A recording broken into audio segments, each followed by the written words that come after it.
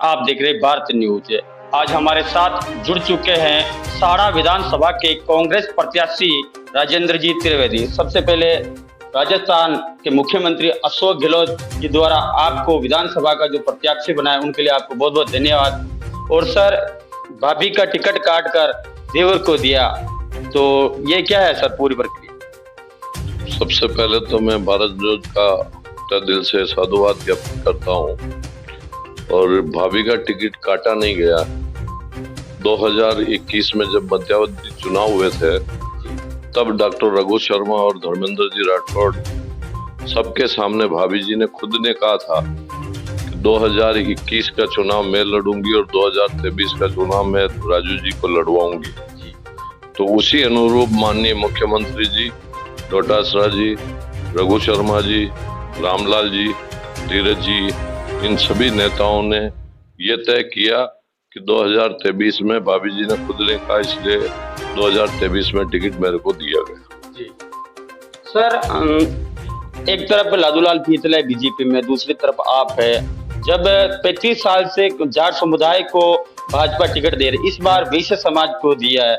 देखिए सर, लालूलाल पीतलिया को जो उम्मीदवार बनाया गया है, कहीं न कहीं जाट समाज में रोष तो है ही है। 35 साल से नहीं, 45 साल से, 78 से रामचंद्र जी चौधरी ने यहाँ भारतीय जनता पार्टी या जनता दल से, उस वक्त जनता पार्टी थी, उससे चुनाव लड़ा था। तब से लेकर के आज तक जाट समुदाय को ही टिकट मिलता है। अब अगेंस्ट पार्टी के शीर्ष नेतृत्व ने क्या सोचा, क्या समझा, किस हिसाब से टिकट दिया, इसके लिए मैं कोई कमेंट्स नहीं कर सकता। जी, यदि साड़ा विधानसभा में आपकी सीट निकलती है तो बेरोजगार युवा है, कई अपने जो बेरोजगार युवा प्रदेश में काम करे, उन लोगों के लिए क्या करूं? अगर क्षेत्र की जनता, ये टिकट तो पहले तो क्षेत्र की जनता के सर्वे के आधार पे मिला हुआ टिकट है। क्षेत्र की जनता के आशीर्वाद से ही मुझे टिकट मिला। क्षेत्र की जनता ने सर्वे में मुझे 80-85% कांग्रेस के पक्ष में मतदान सर्वे वालों को लिखवाया। इस वजह से क्षेत्र की जनता से और कर्नाटक पैटर्न से राहुल जी गांधी ने टिकट दिया है। और कर्नाटक पैटर्न ये था कि जो जीता उम्मीदवार हो उसे टिकट दिया जाए। तो भाभी जी ने तो कहा ही है, फिर भी कर्नाटक पैटर्न के अनुसार सर्वे के आधार पर टिकट जारी किए गए हैं। तो निश्चित तौर से क्षेत्र की जनता का आशीर्वाद मुझे मिलेगा। मैं गरीब ब्राह्मण का बच्चा हूँ। मेरे दादाजी, मेरे पिताजी, मेरे भाई साहब, मेरे अंकल जी, मेरी भाभी जी इस क्षेत्र की सेवा करते करते, मेरे पिता स्वर्गलोक सिधार गए, एक्सीडेंट में उनकी डेथ हो गई, कोरोना में मेरे ब्रदर की डेथ हो गई। तो आप निश्चित मान के चलें कि इस गरीब परिवार पे क्षेत्र की जनता का आशीर्वाद रहेगा। हम ब्राह्मण हैं और क्षेत्र में जनता की सेवा करने में कोई कमी नहीं रखेंगे। और मेरी जो 37 साल की निस्वार्थ भाव से सेवा जो है, उसका परिणाम कल जो तौल पे मुझे देखने को मिला कि जनता ने जो मुझे आशीर्वाद दिया, निश्चित तौर से जीत करके अशोक जी गहलोत के और राहुल जी गांधी और सोनिया गांधी जी के हाथ मजबूत करेंगे, सचिन जी पायलट के हाथ मजबूत करेंगे, रामलाल जी जाट के हाथ मजबूत करेंगे, धीरज जी के हाथ मजबूत करेंगे। और आपने पूछा है कि आप बेरोजगारों के लिए क्या करेंगे? मैं नहीं करूंगा। मैं तो अपने मुद्दे राजस्थान की सरकार में जाकर के रखूंगा और उसके शीर्ष नेतृत्व को अवगत कराऊंगा। ये निर्णय उन सरकार का है कि भाई स्थिति गांवों में जो बेरोजगारी है उसको, पलायन को कैसे रोका जाए, ये हमारे द्वारा मुद्दे रखे जाएंगे। और उन मुद्दों पे राजस्थान की सरकार और हमारा शीर्ष नेतृत्व, राष्ट्रीय शीर्ष नेतृत्व और स्टेट का शीर्ष नेतृत्व तय करेगा कि हमारे को उनको इस मुद्दे के ऊपर क्या मामला निस्तारण कैसे करना, ये उनकी सोच। चुनाव में सर क्या मुख्य बिंदु रहेंगे, क्या मुद्दे रहेंगे सर? अमीर और गरीब की लड़ाई सबसे हम बड़ा मुद्दा रहेगा।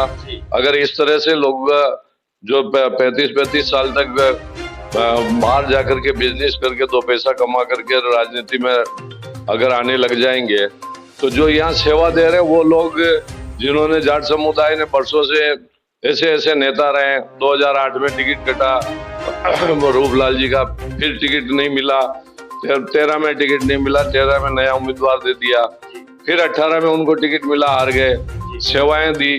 अभी मौका था 2023 में जाट समुदाय को फिर, तो ये जाट समुदाय के साथ जो कुठाराघात हुआ है वो निश्चित तौर से कहीं न कहीं, मैंने 35 साल में किसी भी समुदाय के व्यक्ति को, किसी भी समुदाय के व्यक्ति को सेवा देने में, निस्वार्थ सेवा देने में, कोई भी व्यक्ति ये नहीं कह सकता कि मैं राजू भाई साहब के पास गया और मेरे को काम के लिए मना कर दिया। तो उस का फल मिलेगा कि 35 साल की जो मैंने निस्वार्थ भाव से सेवा की, क्षेत्र का मतदाता का रुझान जिस तरह से मेरे पक्ष में बनेगा, ये उनका जो आशीर्वाद मुझे मिलेगा और वो मुझे जिता करके राजस्थान की विधानसभा में भेजेंगे। निश्चित है कि श्रम तो करना पड़ेगा, दुश्मन को कमजोर नहीं समझा जाता है, पर पैसे के दम पे राजनीति नहीं होती। पैसे के दम पे राजनीति होती तो बहुत बड़े बड़े सेठ, अडानी और अंबानी जैसे सेठ इस भारत के प्रधानमंत्री होते हैं। एक चाय बनाने वाला भारत का प्रधानमंत्री और अशोक गहलोत जैसा ईमानदार नेता, जिसको आर्थिक दृष्टि से अशोक गहलोत सक्षम नहीं है, तो फिर भी राजस्थान का मुख्यमंत्री नहीं बन पाता। सर, मेरे एक सवाल हो रहा है, जो अभी देखा जा रहा है राजस्थान में आरएलपी और भीम आर्मी ने गठबंधन कर लिया, तो कहीं न कहीं जो कांग्रेस के वोटर से एससी एसटी समुदाय के, क्या कांग्रेस के वोटर्स में इसमें कुछ कमी देखने को मिलेगी? एससी एसटी समाज के लिए जो कांग्रेस ने किया है, मेरा मानना है हिंदुस्तान के अंदर किसी भी पार्टी ने एससी एसटी समाज के लिए इतनी बड़ी सोच नहीं रखी है। जो सुविधाएं, जो व्यवस्थाएं कांग्रेस ने एससी एसटी समाज के लिए दी है, हमारे भाई हैं, परिवार है हमारा, और हमारे परिवार के भाई हम जानते हैं। पहले भी बहुजन समाज पार्टी से बहुत सारे लोग खड़े हुए हैं, पर उनको समर्थन कभी नहीं मिला। कभी 2000 वोटों से लोकसभा के चुनाव में 2000 वोट मिले बहुजन समाज पार्टी को। निश्चित मान के चलिए आप कि वो किसी से भी, कोई भी बड़ी राष्ट्रीय पार्टी या प्रदेश लेवल की पार्टी एससी एसटी समाज से गठबंधन कर ले, पर एससी एसटी समाज हमारा परिवार है। हम ये मान के चलते हैं कि हम सब समाज को साथ लेकर के चलने वाले व्यक्ति हैं। गरीब को गणेश मान करके सेवा देने वाले व्यक्ति हैं। तो गरीब को गणेश मान करके चल रहे हैं, तो गरीबों का भला करना हमारे खून में है और हमारी पार्टी के खून में है। निश्चित तौर से किसी गरीब को आंच नहीं आने देंगे और उनकी निस्वार्थ भाव से सेवा करेंगे। सर, मेरा आखिरी सवाल, सहाड़ा विधानसभा की जनता को क्या संदेश देना चाहोगे? सहाड़ा विधानसभा की जनता को यही संदेश देना चाहते हैं कि 35 साल से मैंने राजनीतिक जीवन शुरू किया। 25 साल 24 साल की उम्र में, तब से लेकर के मैं यूथ कांग्रेस का अध्यक्ष, पहली बार मैं यूथ कांग्रेस का अध्यक्ष बना। उसके बाद में ग्राम सेवा सहकारी समिति का 20 दिसंबर 1990 को अध्यक्ष बना। तब से लेकर के मेरे गांव की जनता ने मुझे आज तक स्थायी अध्यक्ष बना रखा है। मेरे 35 साल से अध्यक्ष ही कर रहा हूं। तो मेरी जो सेवाएं हैं क्षेत्र में, अभी KVSS का चेयरमैन बना रखा, जिला का उपाध्यक्ष भी बना रखा है, और मैंने मेरे ब्रदर स्वर्गीय कैलाश जी त्रिवेदी के साथ जो काम किया है, वो निस्वार्थ भाव से सेवा करना उन्होंने सिखाया है। और मेरा मानना है कि वो अगर निस्वार्थ भाव से सेवा करते हुए क्षेत्र की जनता के लिए कोरोना समय में बाहर निकल करके सेवाएं दी और उनको कोरोना होने से उनकी डेथ हो गई है, तो उनके जो अधूरे सपने हैं उनको पूरा करने का मैं पूरा प्रयास करूंगा।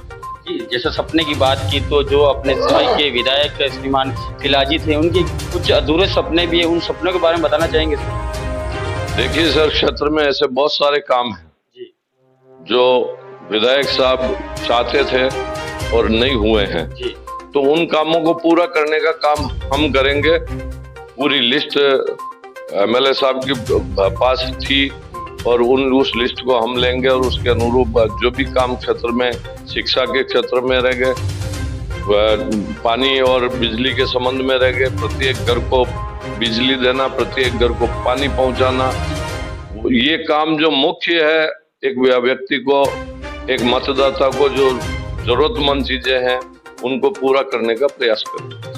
ये थे राजेंद्र जी त्रिवेदी, और आप देख रहे भारत न्यूज। कैमरामैन प्रेम सालवी के साथ गोपाल मेघमुशी। जय हिंद।